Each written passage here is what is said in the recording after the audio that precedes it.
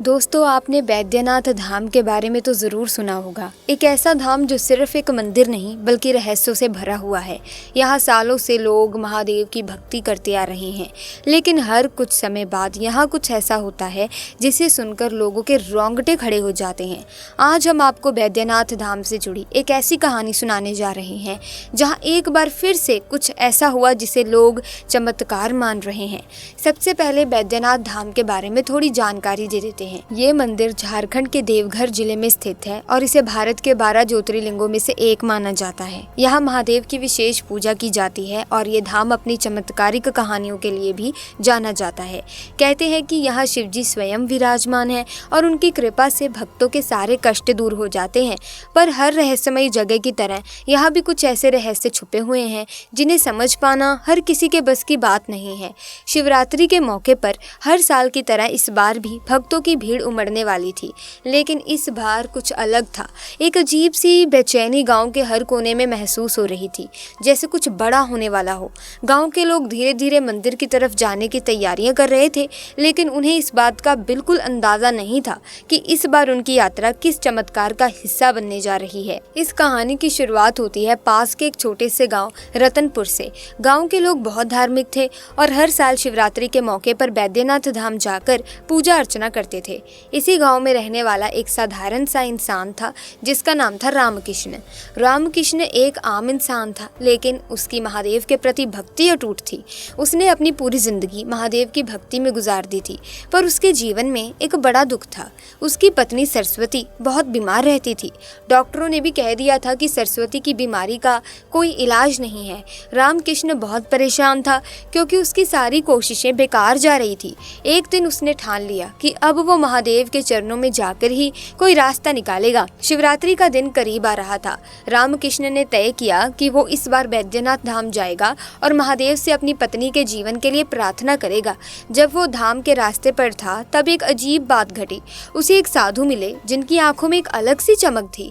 साधु ने रामकृष्ण को रोते हुए कहा, महादेव के पास जा रहे हो, लेकिन उनसे मांगने से पहले अपनी सच्ची भक्ति और श्रद्धा को परखना जरूरी है।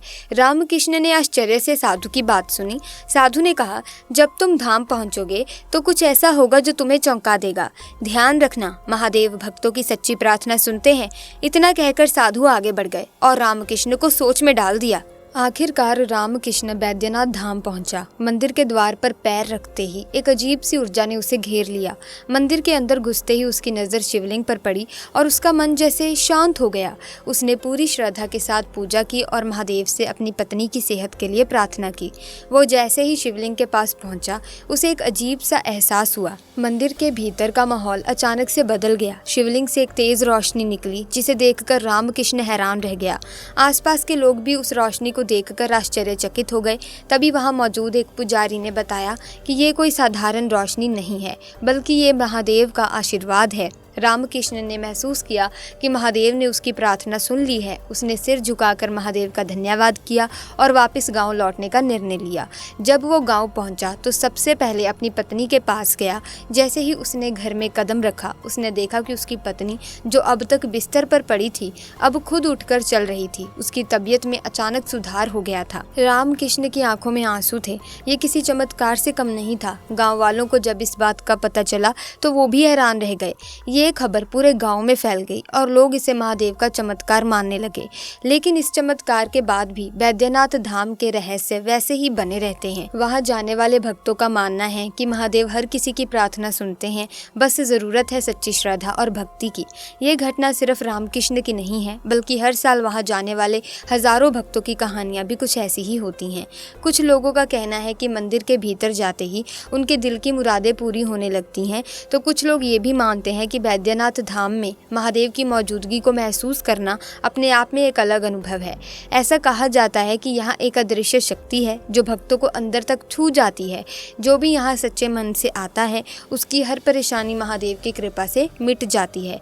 चाहे वो किसी बीमारी से जूझ रहा हो, किसी बड़ी चिंता में हो या जीवन में किसी कठिनाई का सामना कर रहा हो, महादेव की इस पावन धरती पर आने के बाद सब कुछ बदल जाता है। यहाँ हर साल लाखों भक्त सिर्फ दर्शन करने ही नहीं आते, बल्कि अपने जीवन की नई दिशा पाने के लिए भी आते हैं।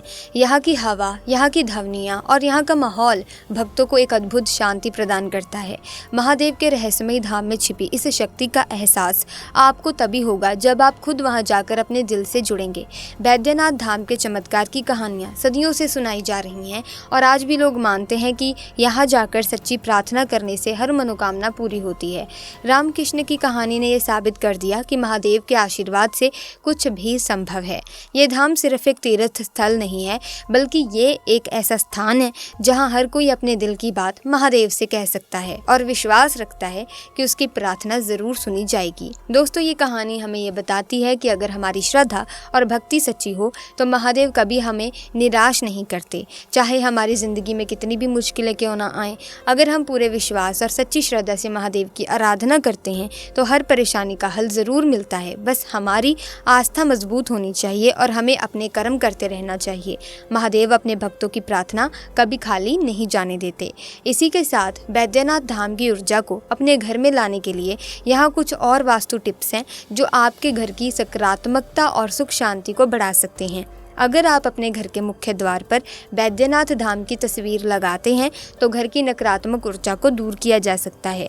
ये तस्वीर आपके घर में सकारात्मक ऊर्जा का प्रवाह बढ़ाएगी और हर आने जाने वाले के लिए सुख शांति का संदेश लाएगी। इससे घर के वातावरण में एक सकारात्मक बदलाव होगा और महादेव की कृपा का एहसास हर जगह होगा। बैद्यनाथ धाम से लाई गई पवित्र मिट्टी या जल से दियों को जलाने से घर का माहौल एकदम दिव्य हो जाता है। सुगंधित दीपक न सिर्फ घर में शांति और खुशहाली लाते हैं, बल्कि संध्या काल में दीपक जलाने से नकारात्मक शक्तियों का असर भी कम होता है।